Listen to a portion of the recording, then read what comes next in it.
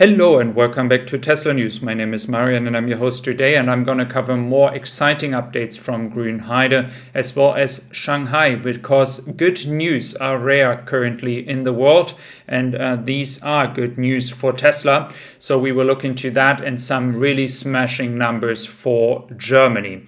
So what we are looking at here is a report from Reuters who is saying that China is producing Tesla cars again. After 2 days, it looks like that Giga Shanghai is currently restarting production. I think they have never really stopped the production. They had to just slow them down.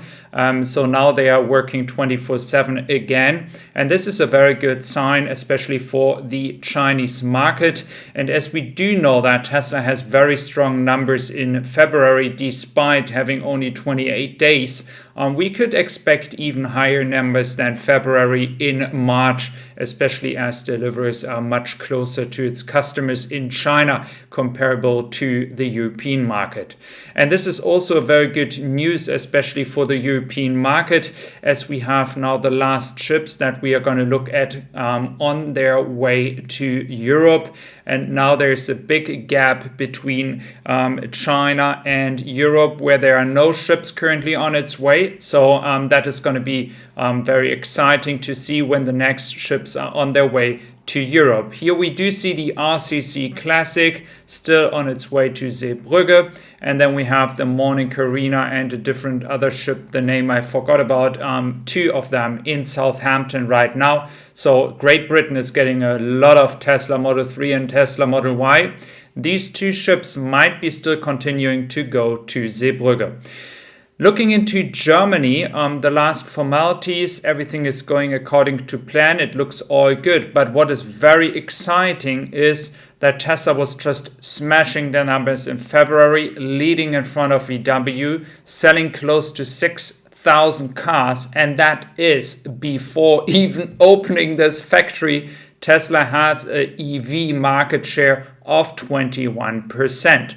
The only fair point we have to give other car companies out there is, especially for VW, that they have major issues when it comes to the production. They had that already before the war in the Ukraine started, and right now everything is closed down. So Dresden is not working, Leipzig is not working, some part of Wolfsburg's factory are not working. So the numbers are going to be even worse in March, and they will get better in April because they will resume the work in April. So just to put that in perspective.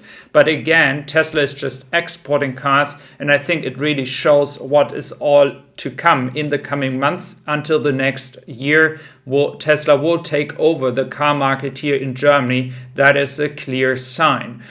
Then we have some exciting updates as well from Sarah Merritt here, again from Nevada. We do see here, mega packs worth $420 million. That is actually very good. It is much better, especially as the same update from December. So that is like worth 3,464 Model Ys of batteries. So mega pack business is going very well. I'm saying it is a secret business pretty much, because no one is really talking about it. But it's also a business that is currently, especially in Europe, when we talk about the move to green energy, which is supposed to happen much faster now because of the Russian war against Ukraine. Especially now, they have to step back. They have to use coal because we just have to stay safe and have a lot of electricity and enough electricity. But the plan in Germany is to move further ahead to increase green energy. And one of the businesses we need here are mega packs, because they can store the energy. That would be very important. Then we are looking at the master plan. Yes, Elon Musk said there will be a master plan part 3. It could have as well flywheel or aviation inside. That is what a lot of investors and analysts are saying. Please let me know what you think, if that is going to happen here.